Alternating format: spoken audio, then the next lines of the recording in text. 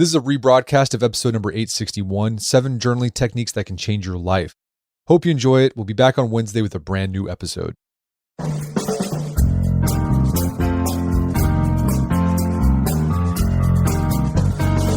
Brett McKay here, and welcome to another edition of the Art of Manliness podcast.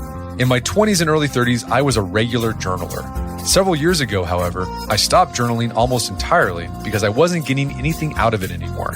But my guest has helped me see that my problem wasn't with journaling itself, but that I had got into a journaling rut, and he's introduced me to some new ways to journal that have inspired me to get back into the practice. Campbell Walker is an illustrator, animator, podcaster, and YouTuber, as well as the author of Your Head is a Houseboat, a chaotic guide to mental clarity. Today on the show, Cam shares how journaling transformed his life and what it can do for yours.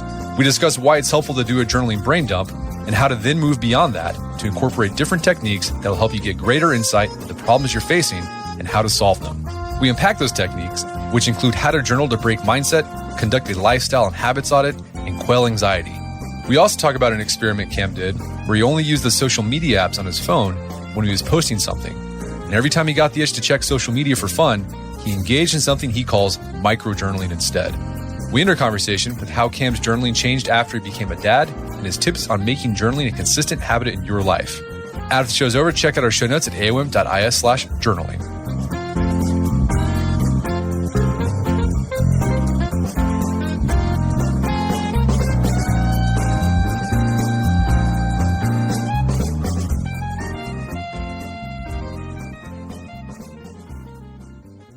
All right, Cam Walker, welcome to the show.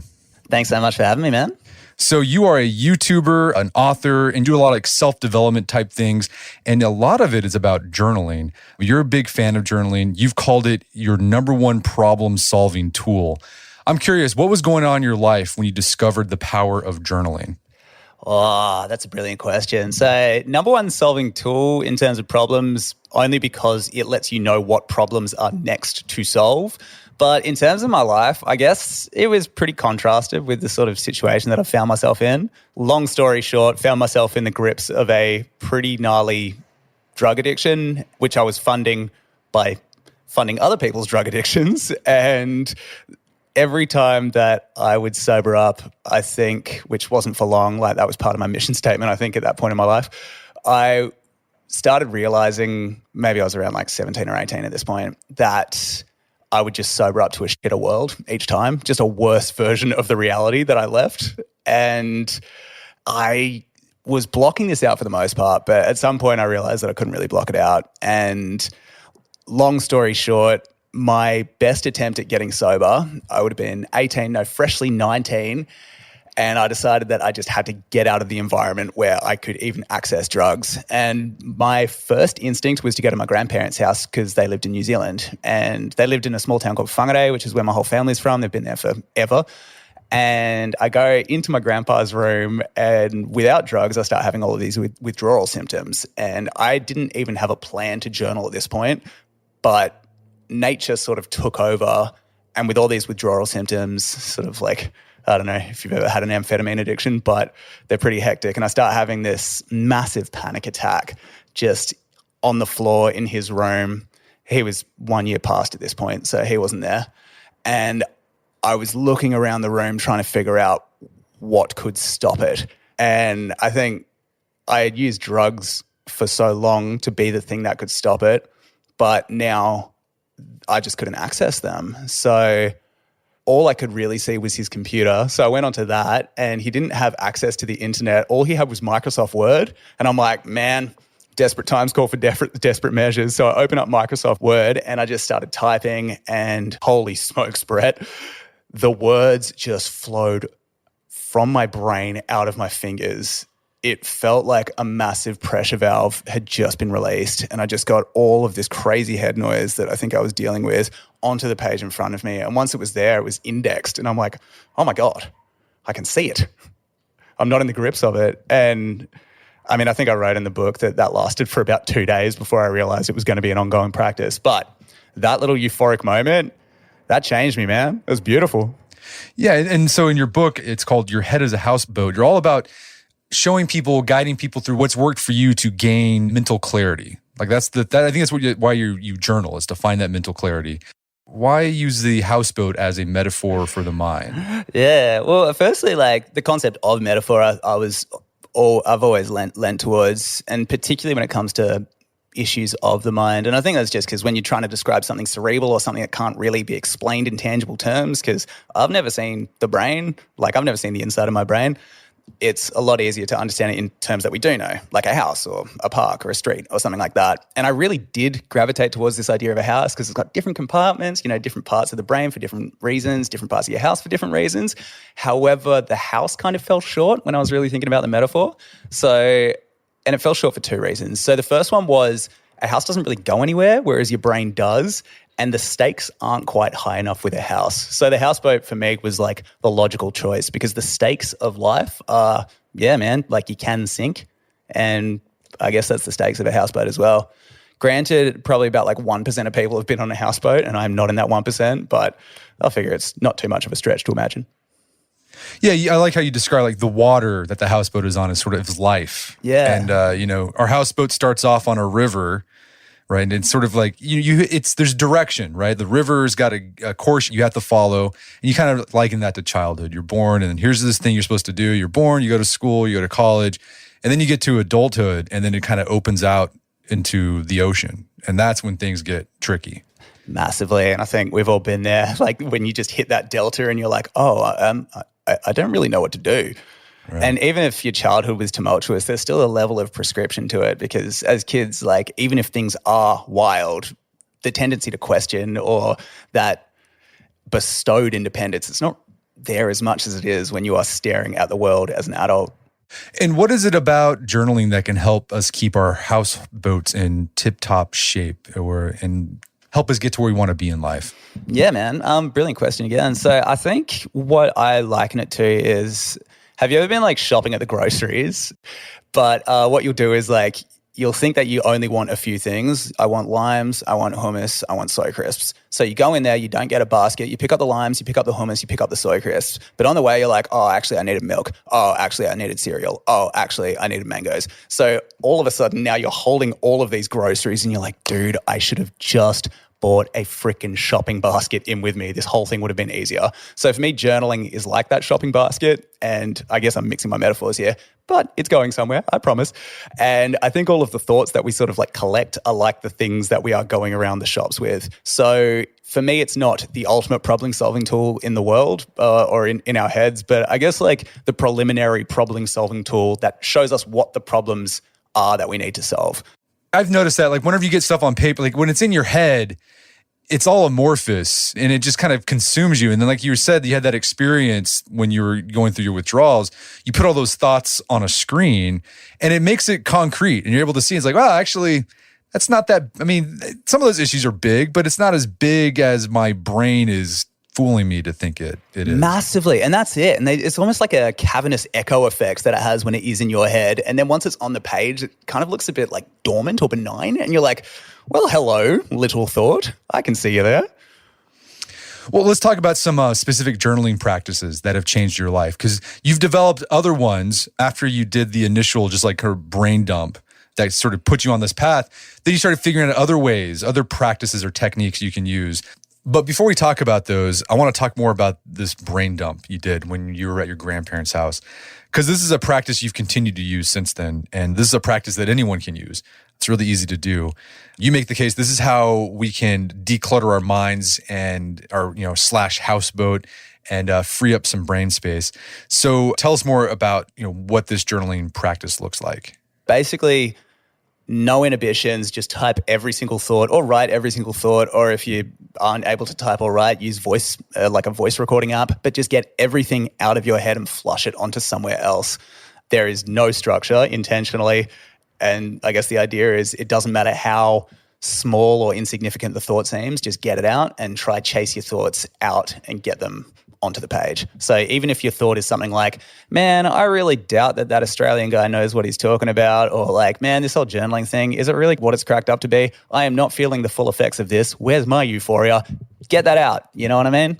And then once you do, it opens up the next layer. And that next layer might be, oh, I was meant to buy so-and-so a birthday present. Oh, it's nearly the end of the year and I haven't even thought about what I'm doing for Christmas. Oh, it's going to be 2023 and how am I going to make my life different? And oh my God, I didn't even do all those New Year's resolutions. Ah, God, I'm such a failure. Is it my dad's fault? You know what I mean? You just kind of like peel back the layers and it all just comes out and there it is. Granted, it's unstructured, but that's where the techniques come in, right?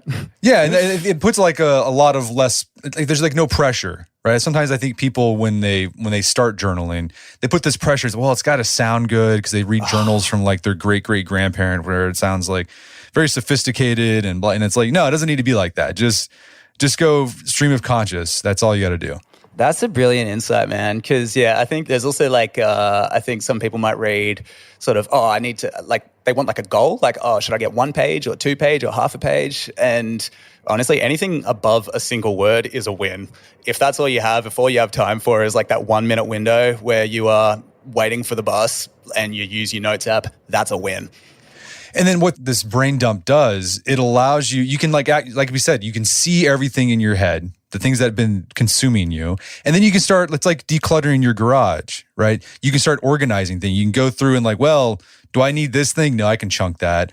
Or I like this thing. Let's take that and we're going to organize it a little better. Put this over here. You can start doing that with that brain dump. That's it, man. Yeah, just looking at the thoughts unemotionally outside your head as if they are objects in your garage. Beautiful. Okay, so the first technique, just a brain dump. No pressure, no stakes, just every little thought. Big thoughts could be like, is that lump in my arm? Is that cancer? Or it could be like little just dumb stuff. Oh, I need to pay that library fine or whatever. I don't know. Yeah, just whatever's in your head. Completely. And more often than not, I find that they run on into each other, those two sentences. And I don't know, there's almost like a comedy to it where you're just like, yep, I do need to, fill up my car. Yes, I should apologize to my cousin for that thing that happened when we were 8, No, it is funny, like because I've done these brain dumps before, and it is funny to see like, there's like this really big thing followed by this rinky-dink thing, and it's just like, oh my gosh, I can't believe every time. When did you start doing brain dumps and journaling? So I don't journal regularly. I used to be a regular journaler. I hear you. But then, I just stopped getting anything out of it. I kind of got burnt out, I think, from it.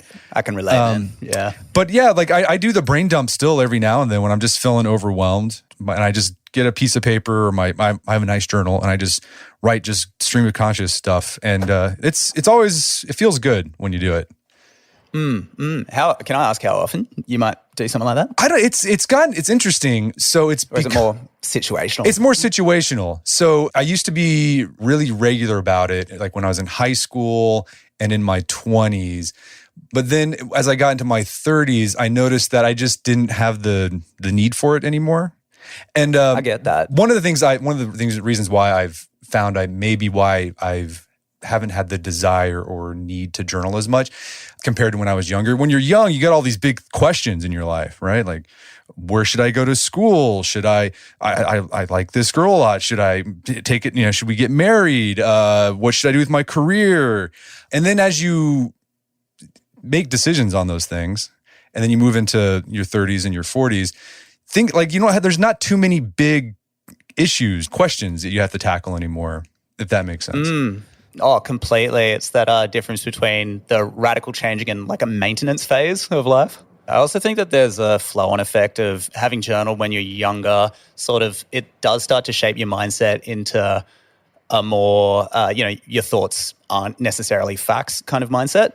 And I think that's one of the side effects that comes from journaling. And if you've achieved that or achieved like a proxy of that by the time that you're in your 30s, it's a lot easier to access that and sort of emotionally detach yourself from a thought which, might not be as based in reality, but might have plagued you a bit when you were younger. Yeah, that's another reason I stopped journaling too. Because whenever I would journal, I would sometimes found myself doing just sort of the kvetching, just be like, well, here's all my problems, blah, blah, blah, blah.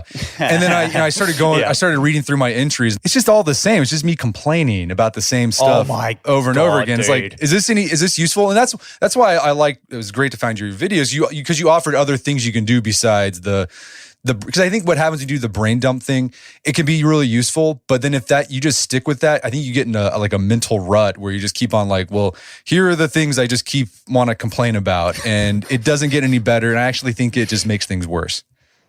Totally. And the worst is when either A, you read something from when you were younger and you were just completely put off yourself, which I guess is a sign of growth, but it's still like cringy. Or B, you read a problem when you were younger and you still like 10 years later haven't solved it. Right. You're like, here we are again, brother. Okay, so we talked about the brain dump. Another practice, so if someone wants to move on to something else, right? They're getting tired of that. Another practice is journaling to break your mindset. And maybe this can be useful for that, getting into that rut of just complaining about stuff. So what kind of mindset would we want to disrupt, and how do you journal to accomplish that?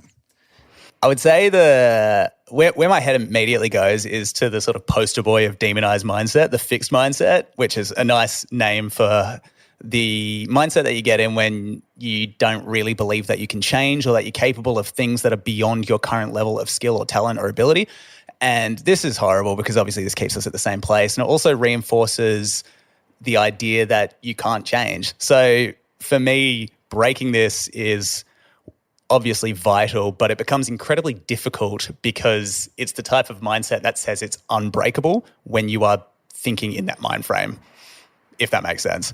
Yeah.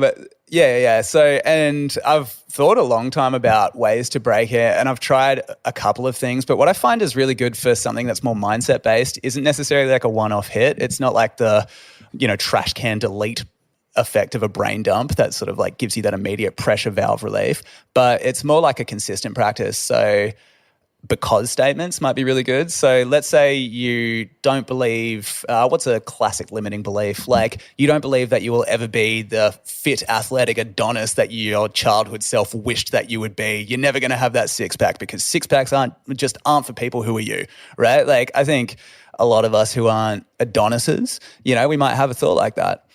The because statement basically takes that and it questions that belief. So, and it sounds so corny when you do it. So just, you don't have to broadcast this to the world. You just kind of got to do it like subtly in your notes app away from the judging eyes of the public who might think you're cringe for self-improving. Maybe that's an Australian thing, who knows? But you would start a sentence with, I will call it that athlete's body that I really want because, and then every morning you might finish that sentence with 5 dot points. Then the next day you finish it with 5 dot points more. Next day you finish it with 5 more dot points. And these might be things like, because I understand that eating healthy is something that I really do enjoy every time I do it. Or it might be because I regularly go to the gym, or it might be because I am researching how to actually do this. You know what I mean? And even if it's just one answer to that because statement a day, by the end of a year, you've got 365 reasons why you are actively breaking that limiting belief. And reminding yourself that every day, like it seems so trivial and nominal, but I think it's incredibly powerful to do it over a consistent period of time. I think you're right. And this comes straight out of cognitive behavioral therapy. This is an idea. If you went to a therapist because you're like, I just feel like I'm not getting anywhere in life because I'm a dum-dum, whatever. Yes. They would say, the therapist would be like, well, what's your proof for that? Maybe we can question that assumption. And that's what you're doing with this prompt. Massively. And that's another brilliant way in is, find the proof, because so many of these things, they exist in the emotional realm of our heads and not in the rational. And the rational, the cynic in us is really quite good at dissecting things when it doesn't benefit us. But when it does benefit us, it can switch off a little, which is why sometimes it's nice to have that logic in front of you, objective on paper. And as you said, you might feel awkward doing this because you're like, what? This is so cheesy. Like I'm challenging my thoughts. But the alternative is you're just gonna let your brain reinforce the negative mindset you have. So why not do something different? Absolutely, man. Yeah, because otherwise it's complacency taking over. And play that out over a lifetime. Like that doesn't sound too pleasant. So the little bit of pain where you have to access your inner Tony Robbins energy is probably going to be worth it in the long shot. So that practice is take a look at limiting belief or mindset you have and then challenge it and show like the proof, like, hey, here's why I'm not doing that. Here's what I'm doing to counter that, and do that consistently. And I imagine like reviewing that stuff just reinforces that.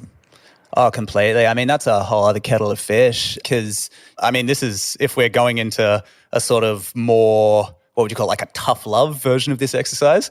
This is a really cool one. So basically what you do is you paint two versions of yourself. So we've got Brett what is actually, yeah, we'll do this right now, live time. So what's the worst version of you that you could become? Like just left to your own devices, hedonism takes over massively. What do you look like?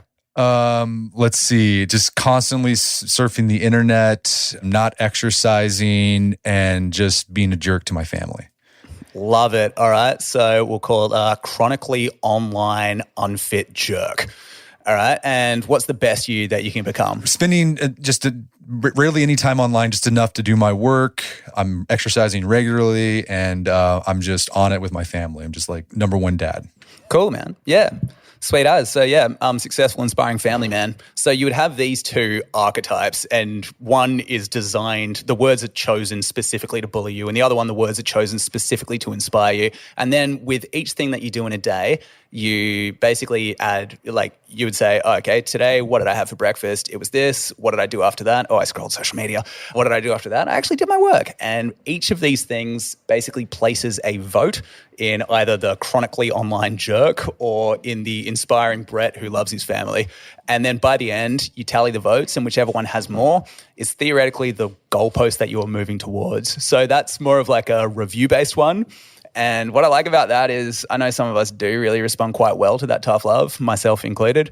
So if you want to up the ante, that might be one to try. I like that. And you call this a lifestyle and habits audit. And just to kind of do a recap for people, what you do is you take a journal page and then you break it down into 3 columns. And then in the first column, you put actions as the heading. And then the second, you put the worst version of yourself. And then in the third column, you put the best version of yourself as the heading. And then in the first column, you list all the things you did that day. And then you put a check mark for that action in either the negative or positive column. And what you can do is you can see which column has more marks in it. And what this can do, it sounds like, is it can give you a sense, just at a glance at the page, of which direction your life is moving, whether it's moving towards or away from the person you want to be. So that's the lifestyle audit part of it. And then it can help you think about what habits and environments are reinforcing either the good or bad lifestyle decision, like what's helping you or what's hindering you. We're going to take a quick break for a word from our sponsors.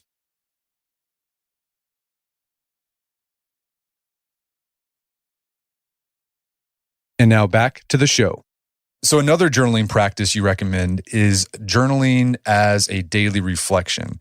And you recommend asking yourself 5 questions each day as you look back on your day. Those questions are, what excited me? What drained me of energy? What did I learn? What am I grateful for? And how did I push the needle forward? And you say your 3 favorites of these 5 questions are, what am I grateful for? What drained me of energy? And what did I learn? Why is it helpful to journal about those questions? Those 3 particular questions I think are really cool because it's like they don't exactly show you anything new in terms of information, but they do articulate your intuition. And worse still, they articulate that intuition over a time period where it is so painfully obvious to see what you had a suspicion about just reflected back at you. So I'll give you an example. So what are you grateful for today? Spending time with your family. What drained you of energy, if it's you?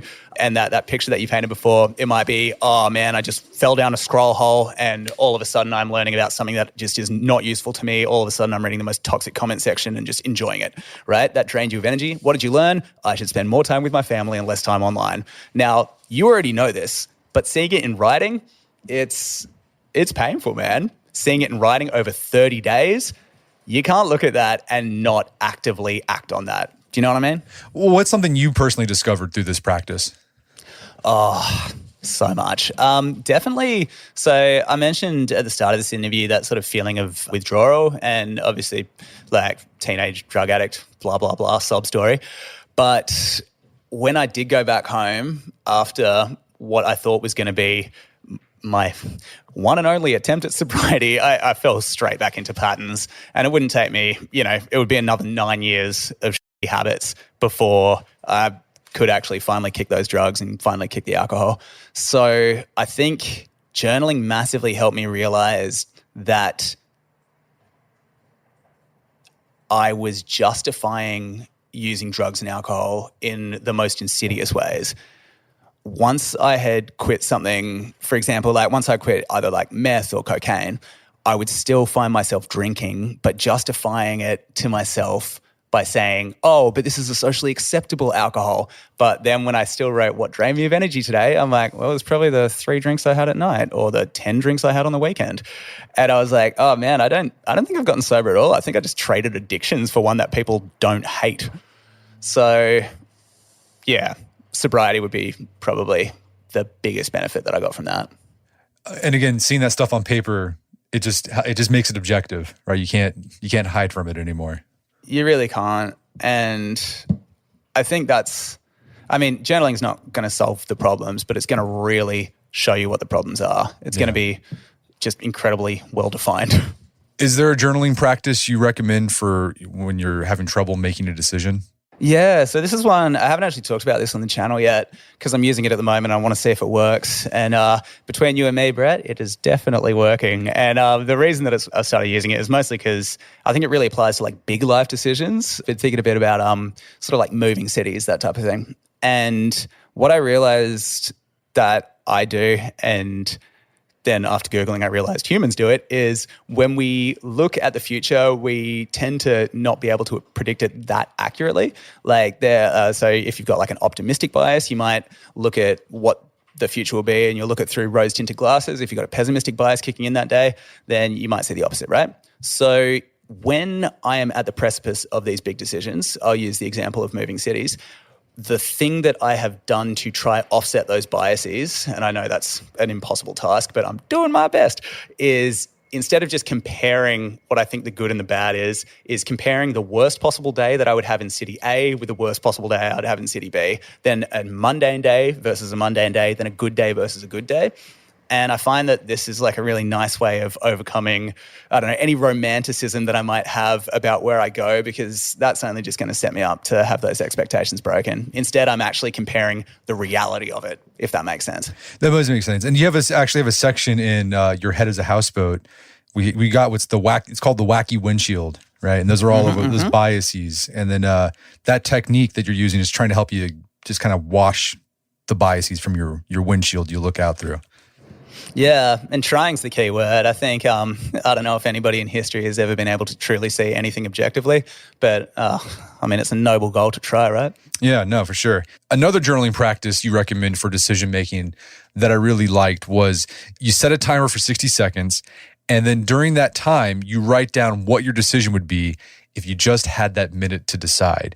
And I like this because it forces you to recognize the answer.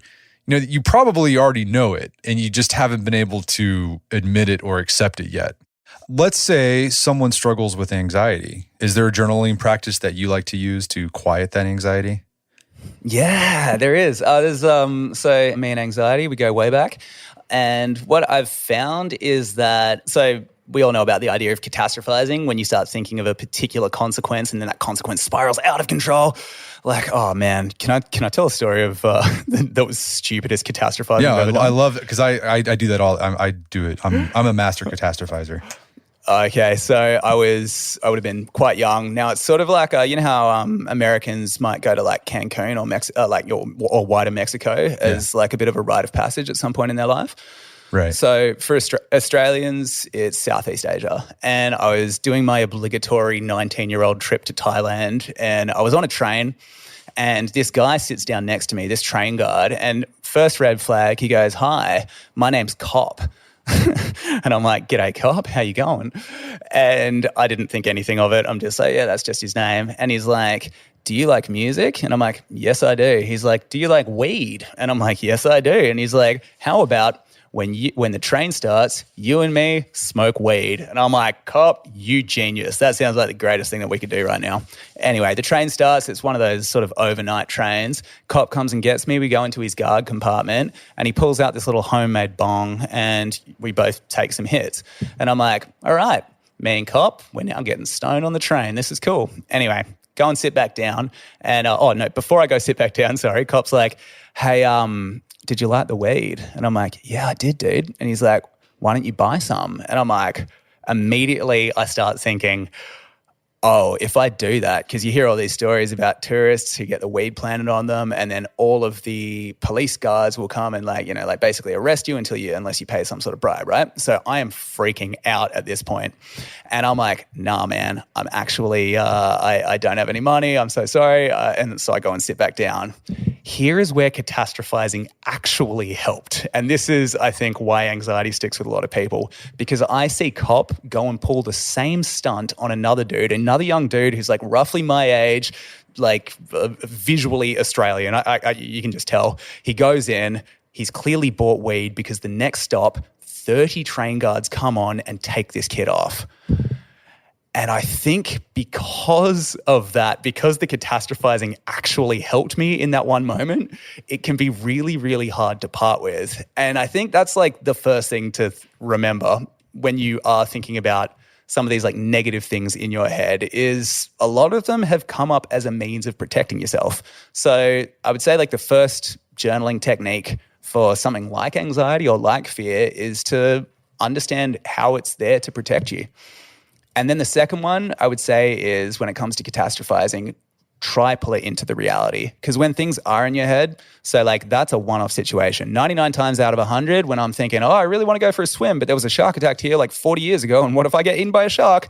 99 times out of 100, that catastrophizing has no basis in reality. So a good journaling technique for that would be just to pull it into terms of reality. And one that I really like is what would I bet money on? So if you're thinking like, I don't want to drive my car because I'm worried that a semi-trailer will crash into me.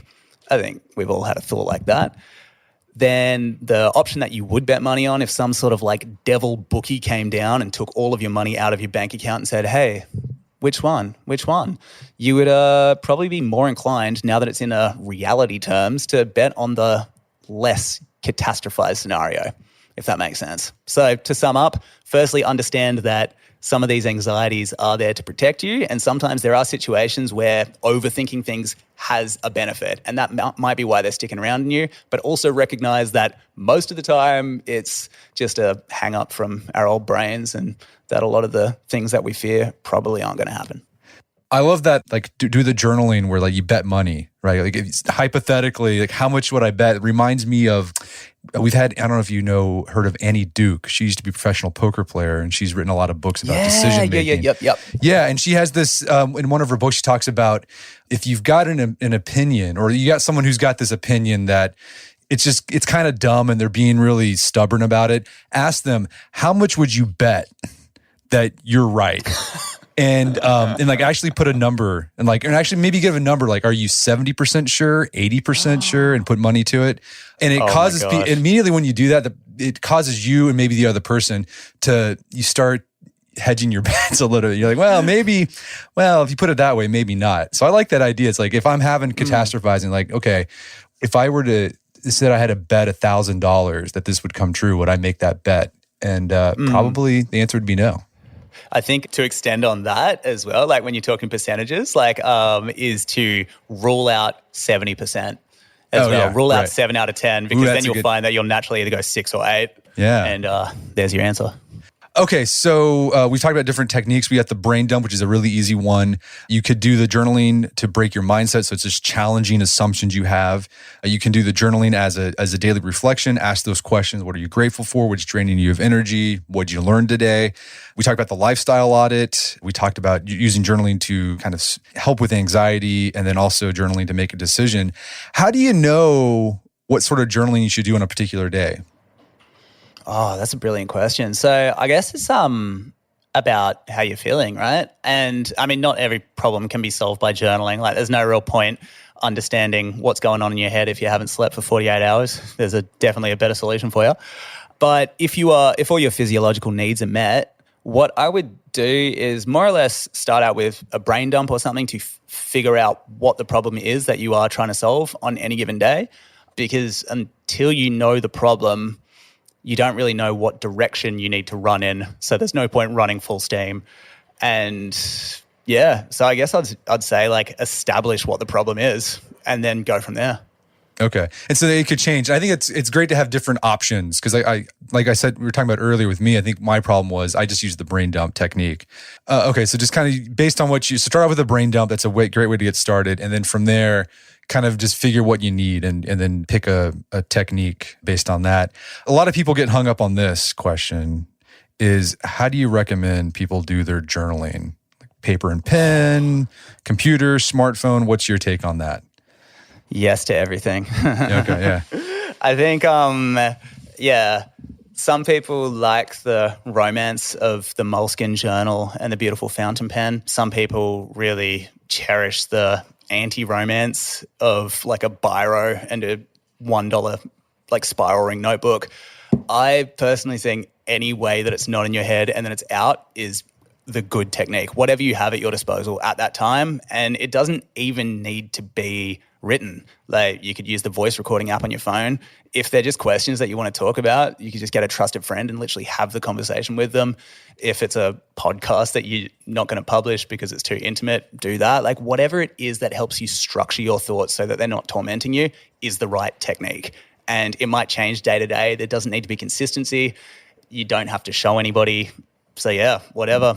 There's arguments for a lot of stuff. The argument for handwriting that you hear a lot of the time is that the speed of handwriting and the fact that you are moving helps you synthesize your thoughts a bit more. And the fact that your thoughts go a little bit faster than your handwriting and that handwriting's slower than typing means that the synthesis of your thoughts leads to a clearer thought on the page. The argument for typing would be the speed of it and that you can sort of keep up with your thoughts a little bit better. Argument for voice recording is, it's probably the least effort. So honestly, whatever you have, whatever feels good, whatever the path of least resistance is, that's the right technique. Okay. So yeah, don't worry about it. You don't have to do like Google searches or watch Instagram videos of people talking about their paper journal. Yeah, bullet journaling, whatever. Yeah, whatever. Yeah. I'd say if you're getting hung up on that, just type. Yeah, just type.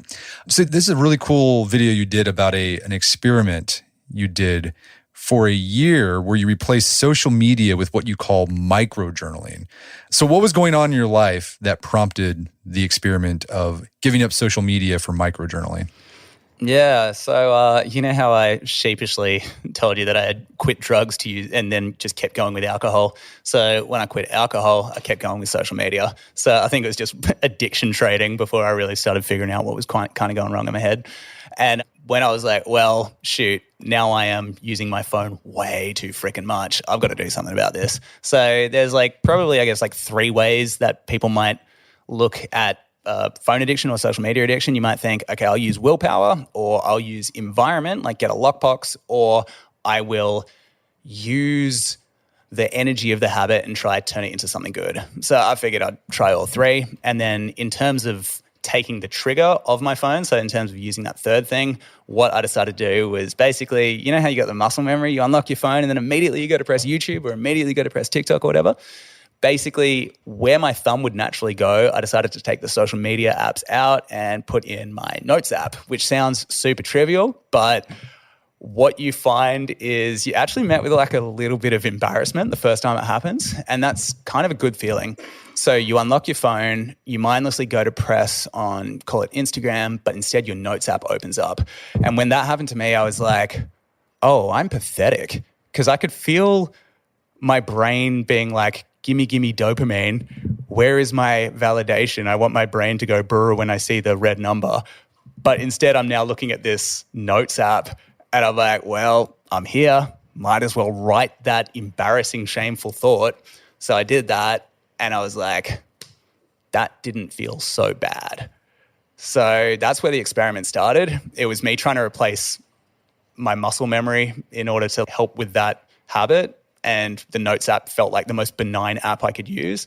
And after doing that, I was like, well, let's just keep going. So I went for a week and I was like, yeah, this is pretty cool. And then I went for another week. And after a while, I realized it had been a year, which is when I made that video. And oh man, it was crazy. So some of the things that happened when I found that I basically traded out those little 30-second social media breaks for a sentence or two in my notes app. So firstly, yes, all the obvious stuff happened. Used social media less, felt a bit more mentally clear, felt a bit happier, compared myself less to people. But then there were all these other cool side effects that I didn't really see coming. Like I don't know, I started using my phone a bit differently. I started thinking about my relationship to my phone. My memory got better as well. Like I was able to recall things from way further back in my timeline because I was like, well, I wrote about them, so they're there. So yeah, I would recommend that to most people. Sadly, after my daughter was born, I stopped doing it, but I've picked it back up recently. And so when you opened up the app, what did you write about? Was it just like I'm feeling dumb doing and besides that, what other stuff did you write about? Yeah, heaps of stuff, man. Like they were never all too pretty and they would vary few and far between. So some would be like, just woken up, feeling good, had a coffee, life is great. Like some would be like the most simple stuff. And then other times would be like, I had the worst day, head is crying, like not even well written. Other times it would be like a to-do list in the form of kind of like emotional prose. Other times it would be a recount of what happened in that day. Other times it would be whatever's frustrating me, whatever I don't want to do. It was honestly stream of consciousness, and it was just capturing those tiny thoughts. There was no rules. I mean, I can read them out if you want, but yeah, they were they ranged from completely benign thoughts about, oh, I need to go to Bunnings to fix my shelf, to like intense thoughts about, I don't know, childhood trauma. So it was everything and everything. The only rule was that it happened in my notes app and that it never really exceeded the 5-minute mark. And just to be clear, you didn't get rid of your social media apps because you're an online content creator. Correct. So all you did is you just shifted the location of the apps on your phone so that, the usual place where Instagram is at, you put the notes app there, for example. How did you overcome the tendencies like, well, your brain sort of figures out, well, I typed in my thing and I can go over to this app and like I can enjoy myself. Like, how did you minimize that? Yeah, a couple of ways. So coming back to that idea of like, so either using the addiction, using your environment, or using willpower. So willpower was good, but a lot of addiction experiences taught me it's just not that great. So environment was the next one. So if I did feel that, I would either use like a lockout app, like one of those lockout timers, or I would quite literally delete the app. So that would happen as well if it was ever just getting too much. Yeah, so mostly just trying to use my digital environment to literally ban myself, because I know I'm like I don't know, I'm not passing the marshmallow test, brother. Oh God, no. Okay, so I like that. And I've actually, after I watched that video about microjournaling, I started doing it. It's really cool. No way. No, Sick, yeah, man. No, it's really great. And like I think it's genius because I think most people, like the smartphone is just basically an adult pacifier. Like when I bust out my phone, it's just because I'm bored. It's like what is this, fidget popper thingies that my God, I know. That's yeah. And I just kind of like by muscle memory, like I'll open up and I'll just like I go through this loop of stuff, and then I look, it's like that was dumb, and so I like the idea. That's my favorite analysis of social media ever. Yeah, that was dumb. That was dumb, and then, so I like the idea of I'm gonna do something else. It's on my phone. I'm gonna get the tactile satisfaction of doing bubble pop on my phone, tapping things out, but it's a little bit more productive. Totally, that was the philosophy that drove it. 100%. I'm thrilled to hear you did it. No, it's cool. Yeah. So what I do is I just I got the iPhone, and so I've got the Notes app, and so like every day I just start a new note, and I put the date at the top. I guess that's what you did. And I still do that. I still do that every day. And then from there on, anytime I bust out my phone, I have that itch to be like, I'm gonna go, check out what's going on here. Or like I'm like, I gotta Google that. Instead of doing that, I'll just open up my Notes app and it's like, well, I had this itch to Google this thing, and I don't really need to do that. And the reason why I was Googling it because I was wondering about blah blah blah, and I guess I don't need. And it's been so far, I'm enjoying it. It's been useful. Nice. Can I ask how long you've been doing the habit? So it's like just a week. I'm just a week in. So I started after I watched it, and I started, prepping for this thing. I was like, I like that idea. Awesome, man. So we'll see how it goes. We'll see if it continues strong. Yeah, I'm keen to hear. So you mentioned you're a new dad, and becoming a new dad threw off the microjournaling. but you're getting back into it. I am, yeah. Has having a baby thrown a wrench into other journaling practices, or have you found ways to keep it going? It threw a wrench for sure. Like most definitely. No two ways about it. So first kid, which meant it's the wrench that completely changes your lifestyle. And I mean, completely changes hers as well because she starts one. And definitely those first 2 months, I think any plans of self-improvement or any plans of introspection were put on hold or put on the back burner for keep the blob alive, which became the new goal. But I guess as me and my wife have gotten into the rhythm of parenthood and into the rhythm of the life we want to create for her, we've sort of started incorporating back some of those old practices and like obviously new practices as well, because your whole entire life changes. So it only goes to stand that something that might not have worked for you back then would still work for you now. Who knows? But in terms of when I did start incorporating it back, it was firstly in the form of a brain dump. But what I found that I was gravitating more towards was really action-oriented journaling. So I found basically like with less time, with more responsibilities, with all of that sort of stuff, I always had the idea that the journaling had to lead to actions at the end. And I found that at the end, like basically if it was a brain dump, if it was questions, if it was prompts, if it was micro-journaling, there was always what are the next 3 things that I have to do that would come out of it. And I guess that for me felt like a justification of like the time that I'd spent journaling and not time that I'd spent doing something else. And B, it, I don't know, calmed me down in a way that improved other people around me. So no more angsty teenage 20-something. Yeah, massively, dude. Yeah, that's it. And like even sometimes like I'll go back and read like the stupid things that I wrote when I was 20 and holy hell, that guy had no idea, man. But maybe I'll think that about this time now and I'll look back and be like, that guy had no idea.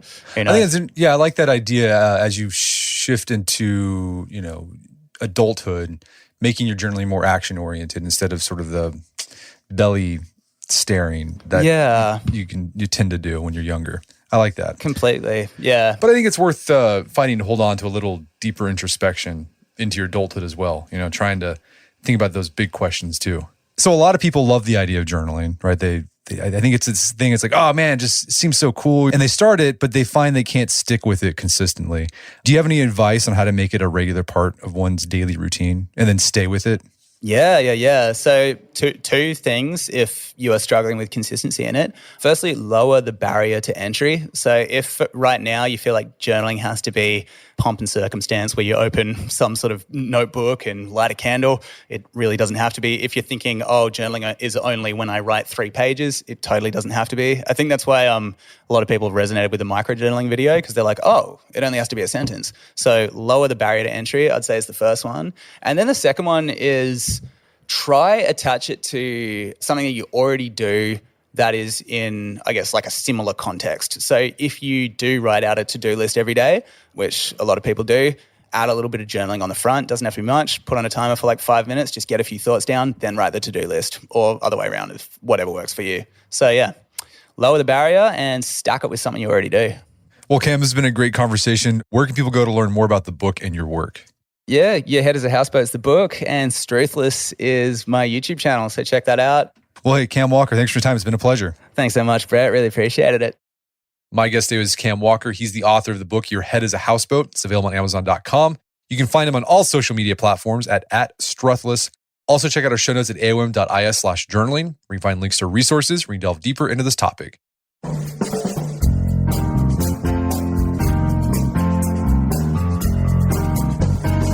Well, that wraps up another edition of the AOM podcast. Make sure to check out our website at artofmanliness.com, where you can find our podcast archives, as well as thousands of articles written over the years about pretty much anything you think of. And if you'd like to enjoy ad-free episodes of the AOM podcast, you can do so on Stitcher Premium. Head over to StitcherPremium.com, sign up, use code Manliness at checkout for a free month trial. Once you're signed up, download the Stitcher app on Android and iOS, and you can start enjoying ad-free episodes of the AOM podcast. And if you haven't done so already, I'd appreciate if you take 1 minute to give us a review on Apple Podcasts or Spotify. It helps out a lot. And if you've done that already, thank you. Please consider sharing the show with a friend or family member who you think we get something out of it.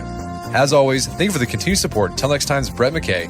Remind you on Listen Win podcast, but put what you've heard into action.